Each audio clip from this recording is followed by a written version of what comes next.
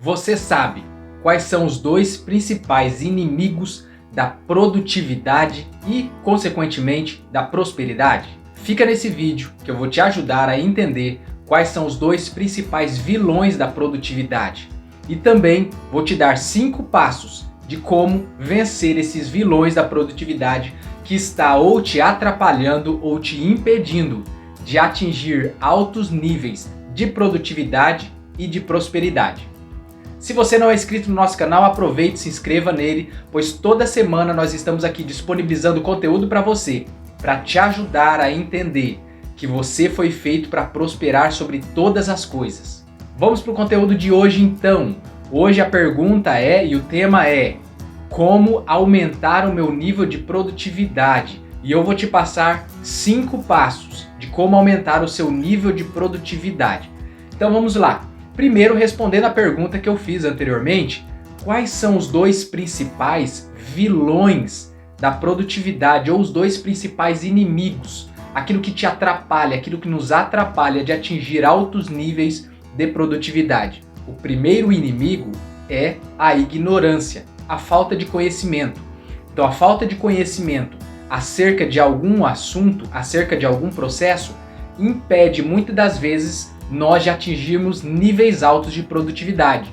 E 2, o segundo inimigo é a falta de gerenciamento do tempo.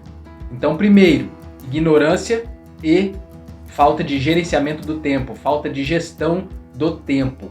Agora vamos lá. Como eu faço para gerenciar então o tempo, né? Se ele é tão importante e tão escasso, vamos dizer assim. Você já deve ter visto muitos vídeos por aí dizendo como realizar gestão do tempo. Eu preciso realizar gestão do tempo. Mas vamos falar aqui a verdade comigo. Eu vou sempre apresentar para você a verdade acima de tudo.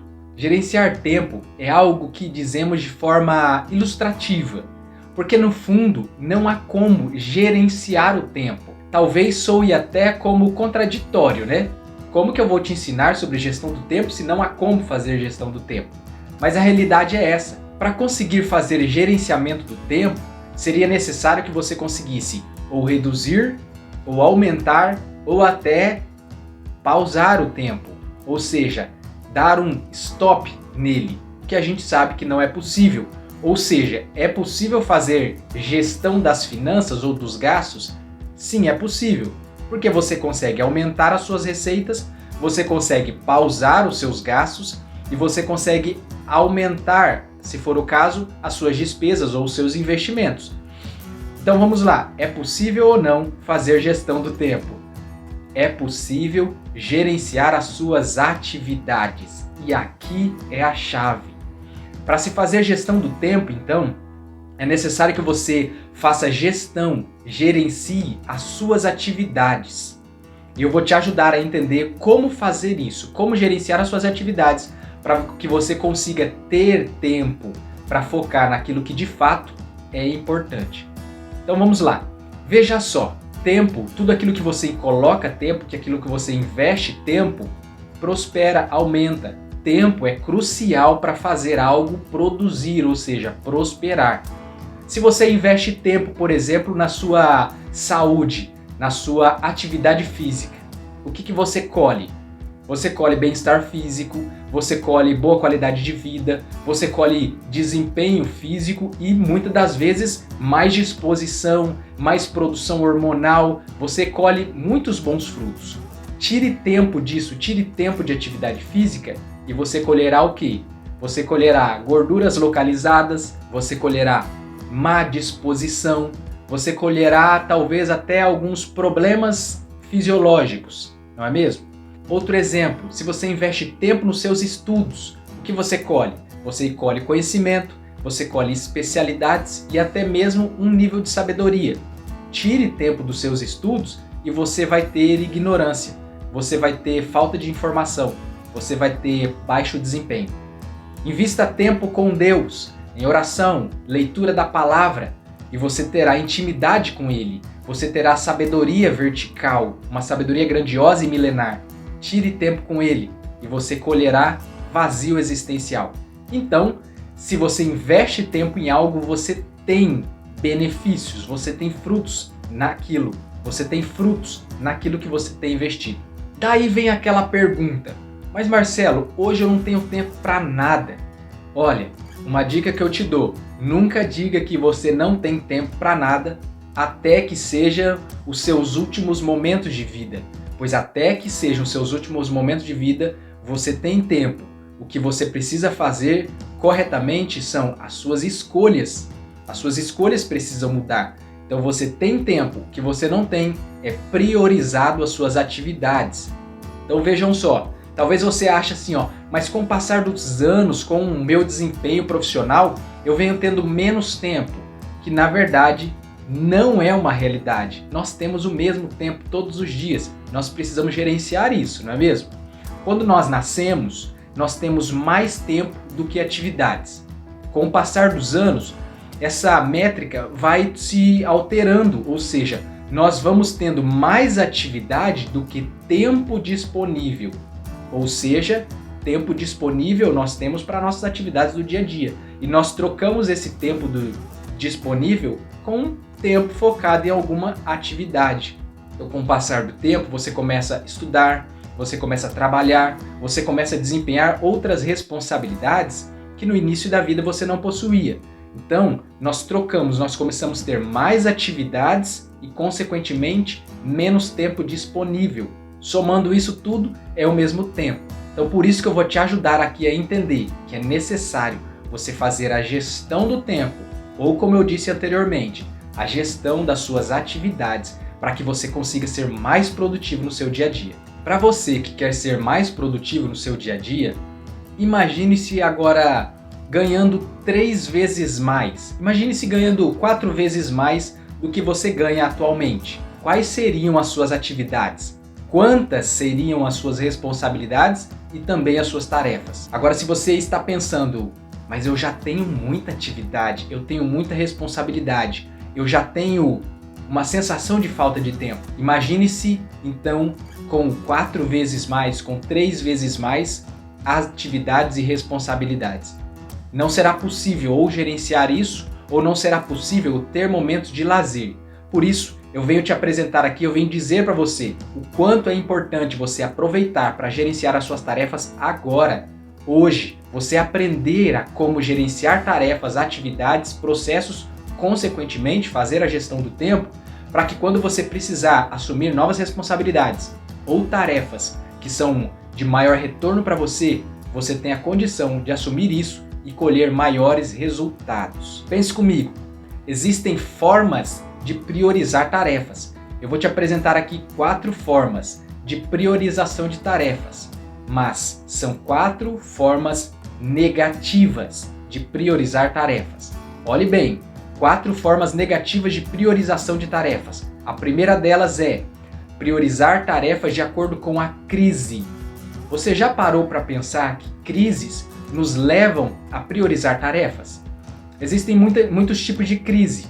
Crise familiar, crise financeira, crise em diversas áreas da nossa vida, crise de saúde. E normalmente as crises chegam e nós temos que realizar uma reformulação, uma remodelagem das nossas tarefas. Ou seja, imagine que você foi no médico e ele disse a você: olha, você está com problema sério de saúde em virtude do seu sedentarismo. Você vai precisar fazer atividade física. Rapidamente, com aquele diagnóstico, você começa a reprogramar as suas atividades, avaliar todas elas e entendendo que agora é necessário inserir na sua rotina diária atividades físicas. Ou seja, você permitiu a alteração do seu hábito de vida, a alteração das suas atividades apenas quando a crise chegou. Essa não é uma forma adequada de priorizar, mas muitas pessoas esperam a crise chegar para começar a reformular as suas tarefas, as atividades e a priorizar as suas escolhas. Então, não espere a crise chegar. Se prepare antes dela chegar.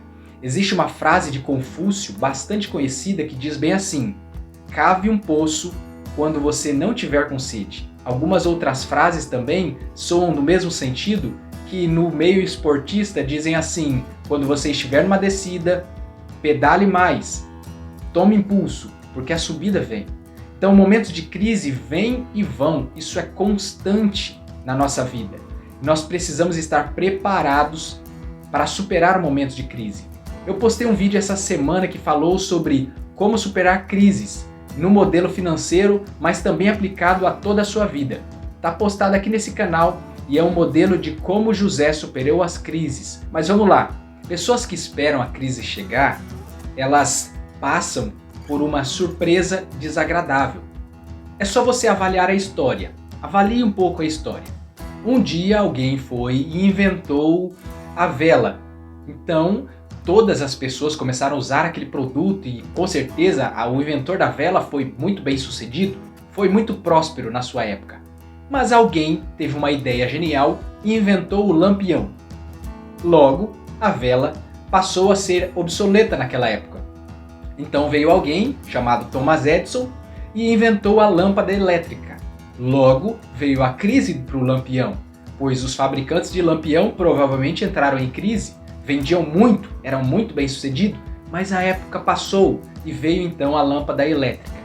Essa é uma história que ela se repete em diversos ramos da indústria, em diversas áreas da nossa vida. Podemos nos lembrar então de quando as pessoas andavam a cavalo.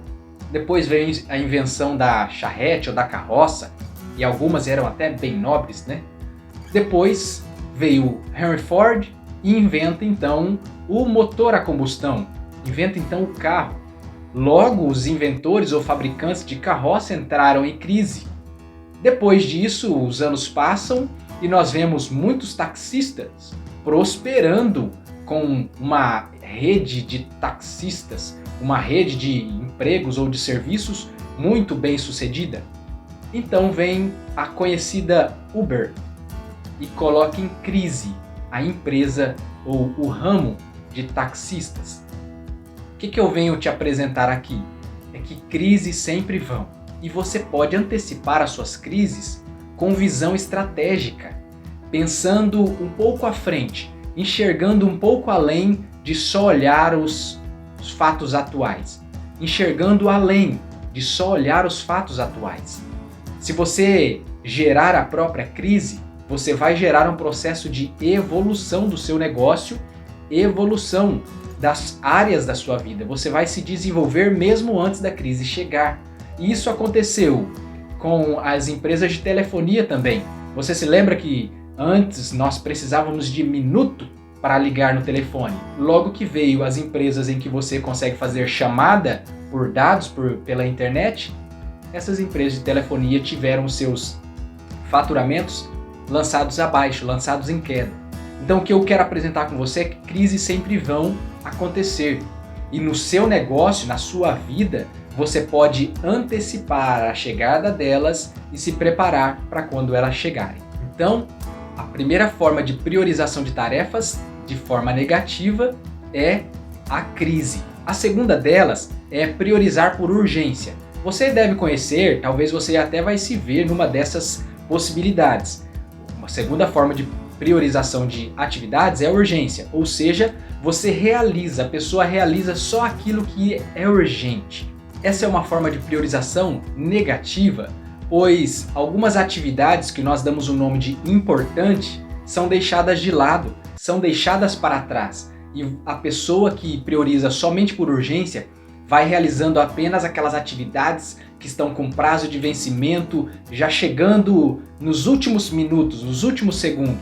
Então, uma forma negativa é priorizar por urgência. Você é uma dessas pessoas? Não priorize por urgência, porque você não vai conseguir realizar a atividade ou essa tarefa com maior detalhes tão necessários quanto você precisa fazer. Você não vai conseguir fazer talvez uma revisão e melhorar ainda mais aquele processo ou aquela atividade, porque você deixou para a última hora, deixou se tornar urgente e somente assim priorizou aquilo que precisava ser feito. A terceira forma de priorização de atividades é priorizar o que chega por último, ou seja, pessoas que priorizam o que chega por último têm uma séria consequência negativa gerada por esse comportamento, ou seja, uma reputação de pessoas procrastinadoras, Pessoas que sempre começam, mas nunca terminam. Pessoas que sempre começam, mas sempre encontram atividades no dia a dia para superar aquela priorização e deixar aquilo sem fazer. Ou seja, pessoas começam a fazer algo e logo surgem outras atividades que vão chegando depois daquela primeira e vão deixando aquela primeira para trás sem que ela se realize. Isso é muito ruim, pois a pessoa que age dessa forma, ela só faz atividades ou tarefas de baixo impacto, ou seja, atividades pequenas que precisam de um tempo curto para serem concluídas. Porque se essa pessoa assumir uma atividade, uma tarefa ou um processo que leva um pouco mais de tempo, logo atividades extras surgirão, compromissos a mais surgirão e ela deixará essa atividade de importância para trás, porque priorizou aquilo que chegou por último. E agora a quarta forma de priorização, também não é uma forma tão eficiente de priorização, é priorização por vencimento. Então, as pessoas tendem a priorizar por data de vencimento.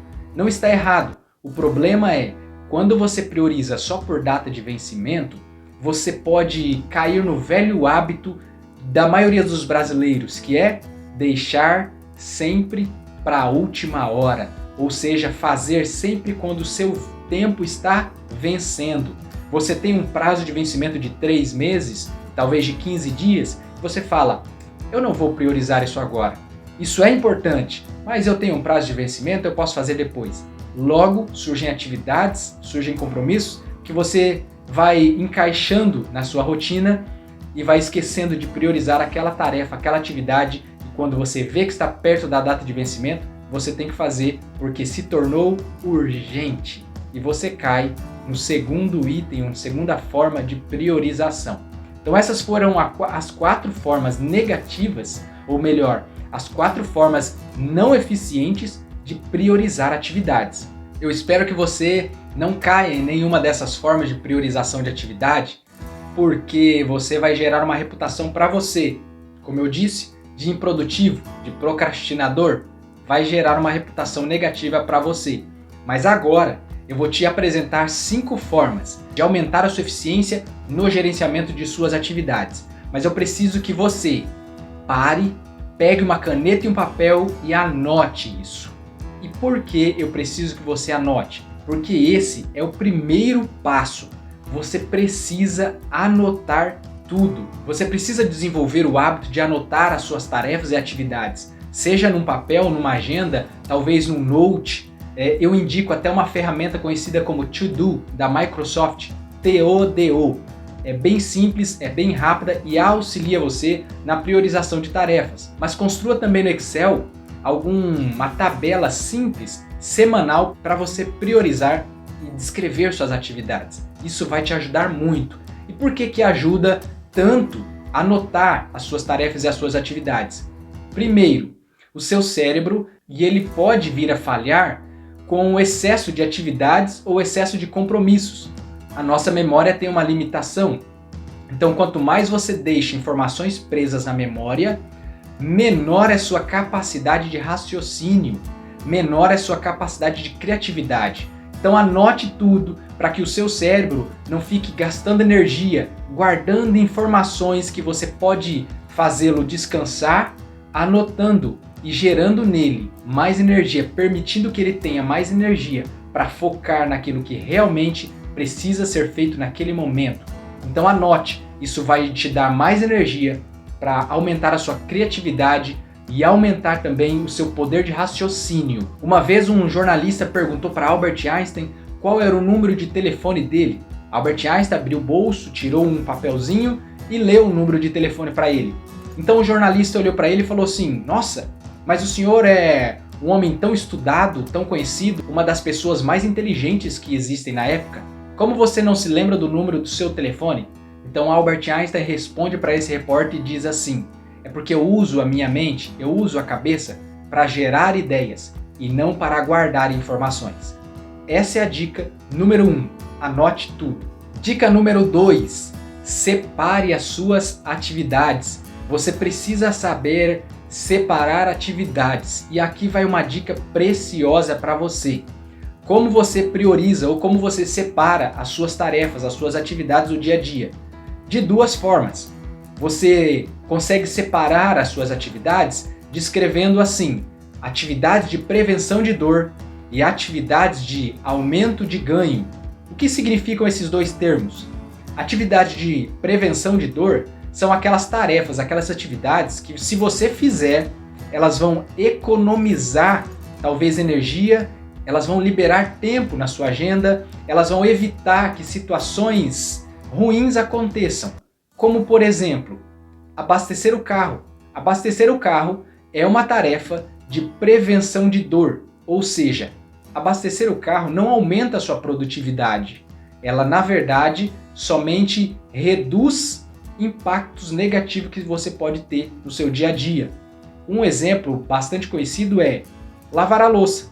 Lavar a louça é uma tarefa de prevenção de dor. Você vai evitar muitos problemas quando você lavar a louça, só que você não vai aumentar a sua produtividade. Então, classifique as suas tarefas como tarefas de prevenção de dor e tarefas de aumento de produtividade. Isso vai ajudar você a focar nas tarefas que aumentam a sua produtividade. O que seriam então tarefas de aumento de produtividade? Por exemplo, esse vídeo é uma tarefa de aumento de produtividade, pois aqui você está recebendo informações que vão ajudar você no seu dia a dia a como classificar, a como ser mais produtivo e a como ser mais eficiente. Consequentemente, isso trará maiores ganhos e maiores resultados para você. Um exemplo de tarefa de aumento de produtividade é estudar, é praticar atividade física, é ler um livro, pois isso vai te gerar mais conhecimento e isso vai gerar em você uma maior possibilidade de ter novas ideias e desenvolver novos processos e ser mais criativo. Então classifique as suas atividades. Primeiro anote elas, depois classifique em prevenção de dor, PD e tarefas de aumento de produtividade, AP.